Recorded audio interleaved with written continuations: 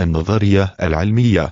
تشير علاقة النظرية بالتجربة إلى إشكالات يتمثل أهمها في تحديد المعيار الذي ينبغي تتبعه لاستيعاب العالم، حيث نجد عددا من الفلاسفة والمفكرين يرون أن المعرفة يجب أن تستلخص من الواقع، وذلك بالاعتماد على التجربة والحواس، وآخرون يعتبرون أن العقل قادر على فهم منهج العالم والإلمام بأسراره وخباياه، وذلك عن طريق التأمل النظري، لأن العقل يمتلك أفكارا فطرية تمكنه من فهم كل ما هو موجود، غير أن هذا الاختلاف بين التصورين يشير إلى نوعين من البحث، الأول عقلاني والآخر بحث تجريبي.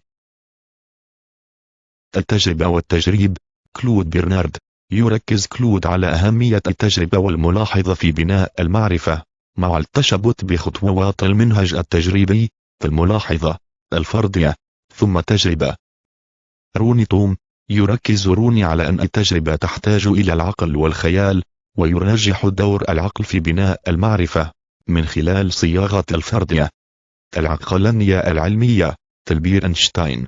يرجح أينشتاين الأهمية الكبيرة ومصدر المعرفة العلمية هو العقل، وذلك لأنه مصدر الأفكار، وتبقي التجربة بمثابة مساعد يقوم باثبات صدق النظرية. غاستون باشلر. يعتبر غاستون أن تكامل العقل والتجربة أساس المعرفة العلمية. العقل ينتج أفكارا وتصورات، بينما تقوم التجربة باستخلاص المعطيات.